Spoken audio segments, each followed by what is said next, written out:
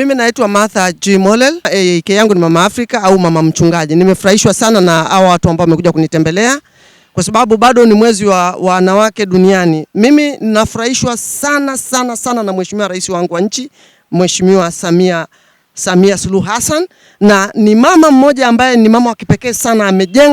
Amenijengea ujasiri na nguvu ya kufanya kazi kwa bidii zote, kwa sababu ni mama asiyejali, ni mama asiyeogopa, ni mama chapakazi.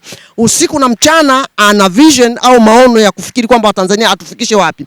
Kwa hiyo mama huyu wa kipekee kwangu amenifanya niwe jasiri kama mwanamke, na ile siku ya kusherehekea siku ya wanawake duniani imenikuta hapa ofisini.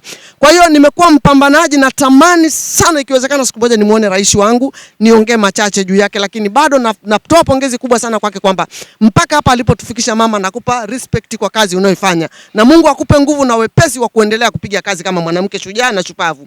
Kwa hiyo basi mimi bado nitaendelea kupambana kwa sababu mama hajali vikwazo, hajali anachokutana nacho, anachojali ni kufocus kufanya kazi kwenda mbele. Kwa hiyo na mimi nimekuwa nikifanya kazi ngumu nikitaka kujifunza kusema kwamba kama mama ameweza kama mwanamke na mimi naweza.